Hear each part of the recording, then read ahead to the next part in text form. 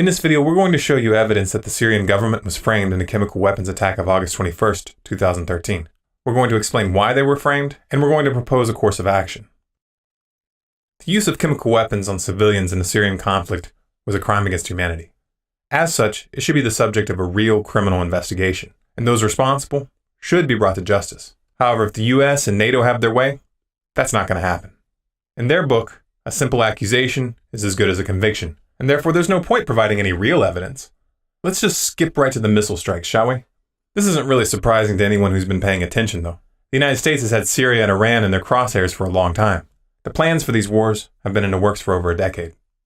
About 10 days after 9/11, I went through the Pentagon and I saw Secretary Rumsfeld and Deputy Secretary Wolfowitz. I went downstairs just to say hello to some of the people on the joint staff who used to work for me, and one of the generals called me and he said, "Sir, you got to come in and talk to me a second." I said, "Well, you're too busy." He said, No. He says, "We've made the decision. We're going to war with Iraq." This was on or about the 20th of September. I said, "We're going to war with Iraq? Why?" He said, "I don't know." He said, "I guess they don't know what else to do." So I said, "Well, did they find some information connecting Saddam to Al-Qaeda?" He said, No. He says, "There's nothing new that way. They've just made the decision to go to war with Iraq." He said, "I guess it's like we don't know what to do about terrorists, but we've got a good military and we can take down governments." And he said, "I guess if the only tool you have is a hammer, every problem has to look like a nail." So I came back to see him a few weeks later, and by that time we were bombing in Afghanistan. I said, "Are we still going to war with Iraq?" And he said, "Oh, it's worse than that." He said, he reached over on his desk, he picked up a piece of paper, and he said, I just got this down from upstairs," meaning the Secretary of Defense's office today, and he said, "This is a memo that describes how we're going to take out 7 countries in 5 years, starting with Iraq and then Syria, Lebanon, Libya, Somalia, Sudan, and finishing off Iran." There are 3 primary psychological techniques that the powers that be in any given era use to build up the public support needed to take a country to war. 1. Create the impression that the aggressor is actually acting in self-defense, or in defense of a helpless nation. This can be done by exaggerating the danger posed by an enemy, fabricating an attack and blaming it on the enemy, or intentionally provoking the enemy into a response. 2. Build up a crusade mythology, one that presents the aggressors as fighting for a higher ideal, or for the good of all humanity. In our current era, the meme of spreading democracy, fighting terrorism, or defending human rights are the most commonly used. 3. Dehumanize the enemy. War is mass murder. Therefore, presenting the enemy as evil, barbaric, or subhuman is essential unless you want your citizens and your soldiers questioning the morality of their actions. This pattern is often supported and augmented by a sense of cultural or racial superiority. The way Islamophobia is capitalized on to build moral support for this phony war on terror is a perfect example. The US government has a long, illustrious history of using these techniques, and they keep using them because they work. I frankly think that crisis initiation is really tough. And it's very hard for me to see how the United States president can get us to war with Iran. Which leads me to conclude that if, in fact, compromise is not coming, that the traditional way of America gets to war is what would be best for U.S. interests. Some people might think that Mr. Roosevelt wanted to get us into World War II, as David mentioned. You may recall we had to wait for Pearl Harbor. Some people might think Mr. Wilson wanted to get us into World War I. You may recall he had to wait for the Lusitania episode. Some people might think that Mr. Johnson wanted to send troops to Vietnam. You may recall he had to wait for the Gulf of Tonkin episode. We didn't go to war with Spain until until the Maine exploded. And may I point out that Mr. Lincoln did not feel he could call out the Federal Army until Fort Sumter was attacked, which is why he ordered the commander at Fort Sumter to do exactly that thing which the South Carolinians had said would cause an attack. So if, in fact, the Iranians aren't going to compromise, it would be best if somebody else started the war. One can combine other means of pressure with sanctions. I mentioned that explosion on August 17th. We could step up the pressure. I mean, look, people, Iranian submarines periodically go down. Someday one of them might not come up. Who would know why? We can do a variety of things if we wish to increase the pressure. I'm not advocating that. But I'm just suggesting that this is not a either-or proposition. It's just sanctions has to succeed or other things. We are in the game of using covert means against the Iranians. We could get nastier at that. The United States has been trying to get Iran under its thumb for a long time. In 1953, the CIA and the UK's MI6 organized a coup to topple the democratically elected Prime Minister of Iran, Mohammad Mossadegh. They then installed the Shah as their puppet. The Shah, who just also happened to be a brutal dictator, ruled until 1979, when he was overthrown during the Iranian Revolution. The US didn't like that, so they tried to take Iran down by arming and funding Saddam Hussein against the Iranians. This was during the Iranian-Iraq War, which is also sometimes referred to as the First Persian Gulf War, which lasted from 1980 to 1988. The US continued its support for Iraq even though they knew full well that he was using chemical weapons against the Iranians. This now declassified top-secret memo from November 4th, 1983, documents chemical weapons used by Iraq and discusses Iran's likely reactions. Here's a second memo written on February 24th, 1984 to the Director of Central Intelligence, predicting that Iraq will use nerve agents against Iran. Note that the source of these documents is Foreign Policy Magazine, which is an extremely pro-establishment publication by any standards. In spite of this, friendly diplomatic relations between the US and Saddam continued. This video of Donald Rumsfeld, then Special Envoy of President Ronald Reagan, meeting with Saddam was taken on December 20th, 1983, which was after the first memo. This means that those running the US knew Saddam was killing people with poison gas, and they didn't care. Taking down Iran was more important to the US government than protecting human rights, and it still is. Saddam failed to defeat Iran, so the US switched tactics, and for a long time they tried to go after Iran directly by accusing them of building nuclear weapons in order to justify military strikes. However, this line of worn-out propaganda didn't gain any traction, largely because the US government had lost most of its credibility in their trumped-up claims about Iraq's weapons of mass destruction. You can only cry wolf so many times before people start rolling their eyes. Their agenda fell apart completely when elements within the CIA and Mossad came forward stating that there was no evidence that Iran even intended to build such a weapon. Not to be deterred by little details like the truth, these chicken-hawk neocons decided to go after Syria to get to Iran. They know that Syria and Iran have a mutual defense agreement, and if NATO forces enter Syria, Iran will be drawn into the fight. And then these little deranged psychopaths in suits will get their war. We still have to maintain appearances, though. We wouldn't want people to think that this is about controlling the world's oil supply and protecting the petrodollar, would we? No, put those crazy conspiracy theories out of your mind. We're here to spread democracy and freedom and to protect human rights with 50 caliber machine guns and drone strikes. If it were obvious that the US was attacking Syria, it would be very difficult to obtain international or domestic support. So rather than attacking Syria directly, the US and NATO have been running a proxy war by arming and funding the Syrian rebels. To obscure the source of this support, US allies in the region such as Qatar and Saudi Arabia have been used to purchase weapons, then route them to Syria via Turkey. This pattern of arming and funding dictators or extremist groups to get them to take down non-cooperative governments has been a key element in America's foreign policy ever since the creation of the CIA after World War II. We also have a history of kind of moving in and out of Pakistan. I mean, let's remember here, the people we are fighting today, we funded 20 years ago. Well, let's not just talk about this in a general sense. Who was running that operation? U.S. National Security Advisor Brzezinski flew to Pakistan to set about rallying resistance. He wanted to arm the Mujahideen without revealing America's role. On the Afghan border near the Khyber Pass, he urged the soldiers of God to redouble their efforts. We know of their deep belief in God, and we are confident that their struggle will succeed. That land over there is yours.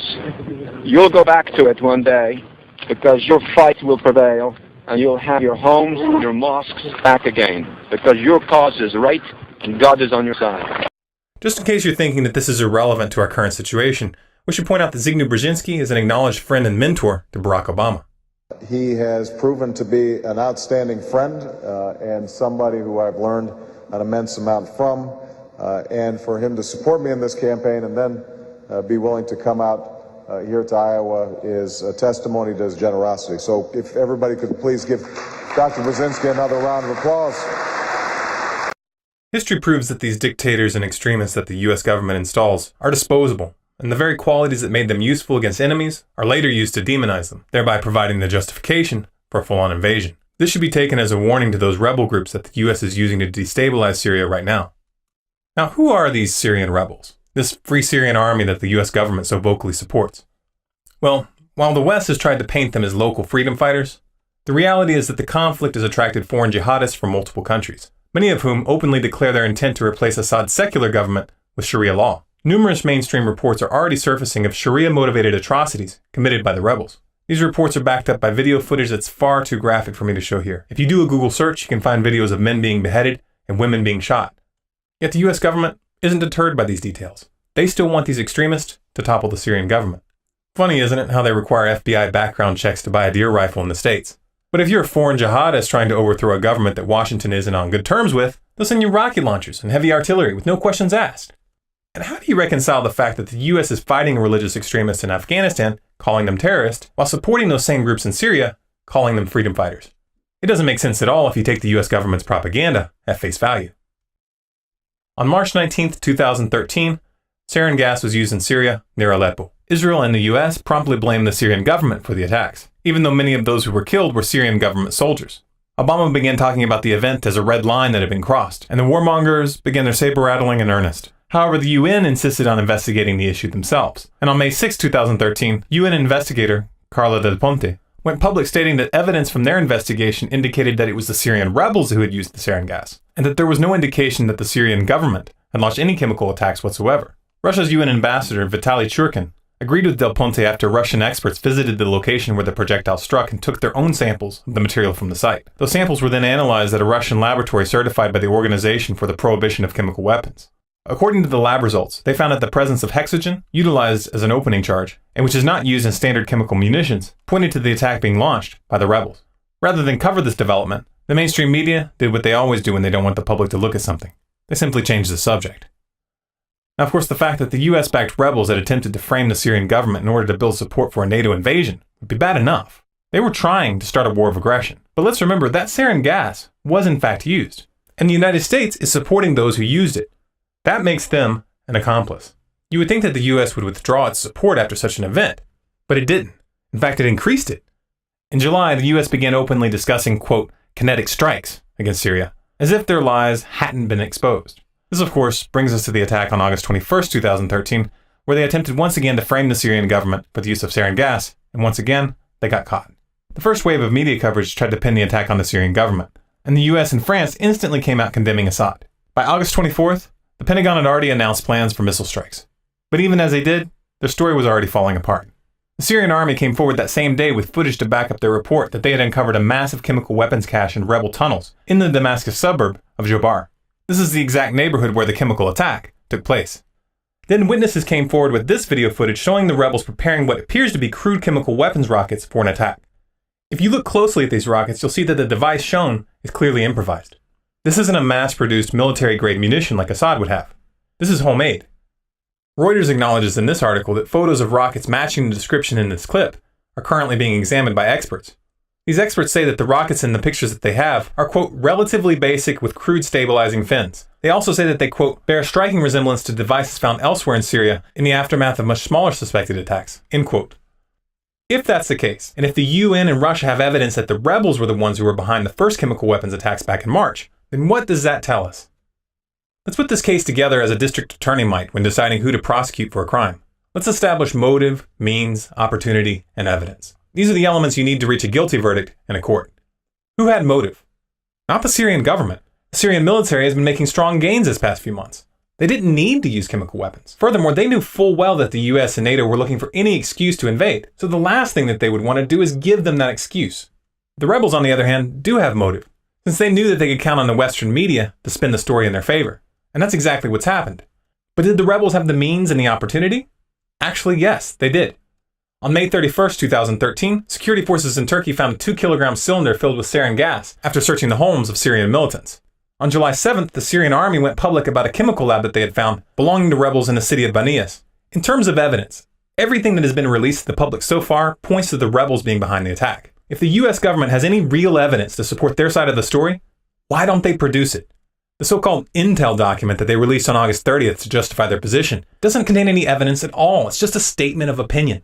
They're talking about bombing a nation, taking us into a war that will most likely spin out of control, drawing in Iran, Russia, and China, just based on their word. Both Russia and China have openly sided with Syria and Iran, and Russia has warned that thermonuclear war could result if the US continues down this path. We're talking about World War III here. This is not a game, people. This is by far the most dangerous crossroads we have ever come to in living history.